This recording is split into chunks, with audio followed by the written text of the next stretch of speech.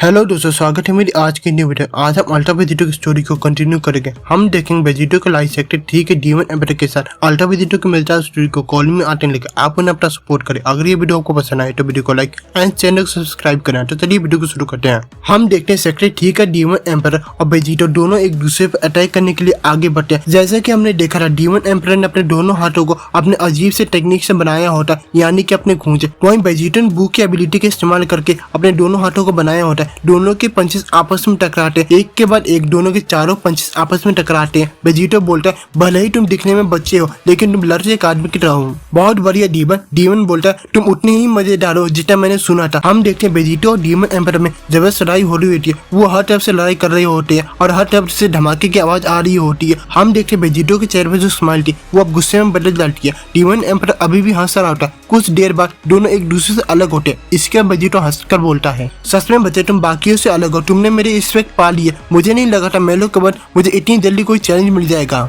तुम्हारा नाम क्या है बच्चे? डीमन एम्परर बोलता है तुम ऐसे कहोगे तो मुझे शर्म आ जाएगी। मेरा नाम कैंगजी है। ये तुम्हारे लिए ऑनर की बात होगी कि तुम मुझे मेरे नाम से जानोगे, गॉड किलर। तभी वेजिटो अपने हाथों में गॉड स्लेयर बेल्ट बना लेता है। तुमसे मिलकर अच्छा लगा बच्चे, मुझे इस मीटिंग को जल्दी खत्म करना है। हम देखते हैं वेजिटो ने अपने हाथों में गॉड स्लेयर बेल्ट बना लिया होता है। वेजिटो के हाथ में ताकत पर अटैक बनाने के बाद बोलता है मैं उम्मीद करता हूँ तुम्हारे पास बटन नाइफ के अलावा भी कुछ है, क्योंकि अब चीजें एडवांस होने वाली है। हम अब अगले लेवल पर जाने वाले हैं कैंगजी।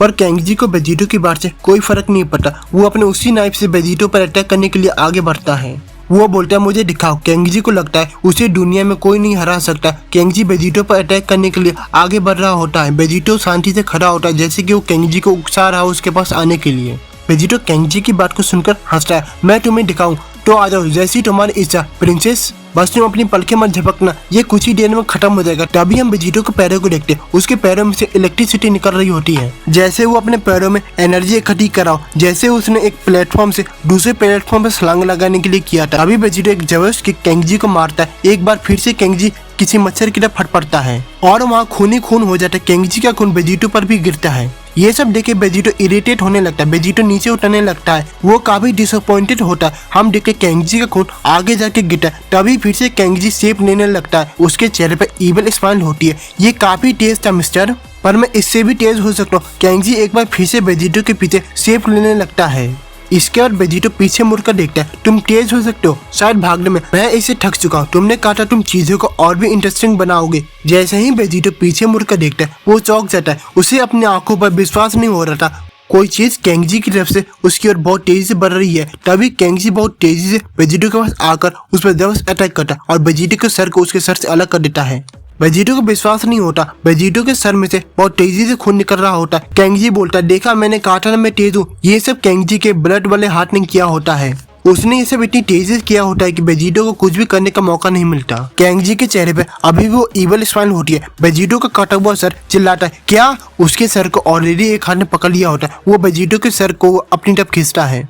हम देखते वेजिटो का सर डीमन एम्परर के हाथ में होता है और अभी भी वेजिटो का शरीर खड़ा होता है। उसके हाथ में उसका गॉड स्लेयर बेल्ट अभी भी होता है। ये मैंने कैसे किया? क्या मतलब है? यहाँ मेरे पास आओ, मुझसे बात करो। कैंगजी वेजिटो के सर को अपने बराबर लाता है। वेजिटो बिल्कुल हैरान होता है। इतनी स्पीड, ऐसा नहीं हो सकता। वेजिटो की आंखें बंद होने लगती है। ऐसा लग रहा है वेजिटो बेहोश होने वाला है। वेजिटो की आंखें बंद होने के बाद उसके मुंह से खून निकल जाता है। वेजिटो ने इतना ज्यादा नुकसान झेल लिया होता है कि उसे बर्दाश्त नहीं हो रही है। वेजिटो की हालत को देखकर ऐसा लग रहा है वो हार गया है। तभी वेजिटो हमेशा की तरह हंसता है। उसका चेहरा चमक रहा होता है। तभी वेजिटो का सर डीमन एम्परर के हाथ में फट पड़ता है। डीमन एम्परर बोलता है क्या? अगले पैनल में हम देखते हैं ये धमाका कितना बड़ा है। हम वेजिटो के शरीर को देखते हैं। उसका सर अभी भी उसकी जगह पर नहीं होता है। तभी वेजिटो बू की एबिलिटी का इस्तेमाल करके अपने सर को रीजनरेट करने लगता है और उसका सर पूरी तरह से बनने के बाद उसके चेहरे पर स्माइल होती है। मैं तो अपने हाथ पैरों को हमेशा खोता रहता हूँ। मैंने अपने सर को पहली बार खोया। बुरा नहीं था बच्चे, बिल्कुल भी बुरा नहीं था। तुम्हें ये बात याद रहनी चाहिए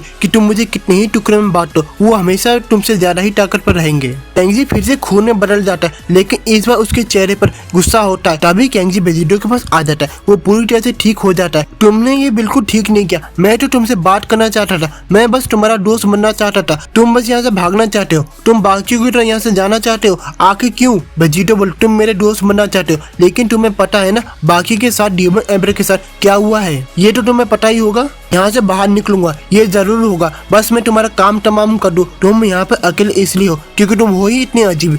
वेजिटो की बात को सुनकर केंगजी को गुस्सा आ जाता है। अजीब, मैंने सोचा था तुम बाकियों से अलग हो। तभी केंगजी चाकू से वेजिटो पर वार करते हुए कहता है, आखिर तुम मुझसे प्यार क्यों नहीं करते?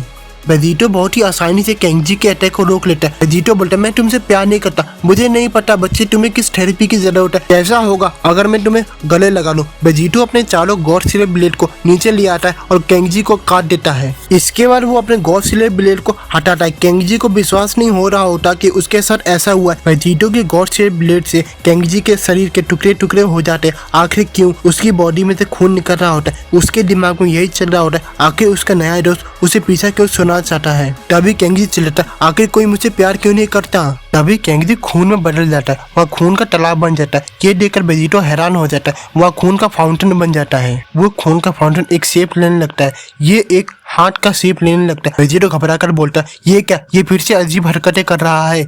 उस हार्ट की वजह से वेजिटो पर शैडो पड़ रही होती है। भले ही उसका डिफेंस कमजोर हो गया हो, पर उसके पागलपन ने उसकी ताकत को और भी ज्यादा बढ़ा दिया है। ये बहुत बुरा हो सकता है। तभी केंगजी बोलता है, ये देखा हमडी के केंगजी के शरीर 3 शेप लेने लगता है। एक होता है हाथ और बाकी की 2 आंखें होती है। हम देख सकते हैं केंगजी का मुंह उसके हाथ में होता है। वो बोलता तुम भी बाकियों की तरह, तो तुम भी बाकियों की तरह गायब हो जाओगे।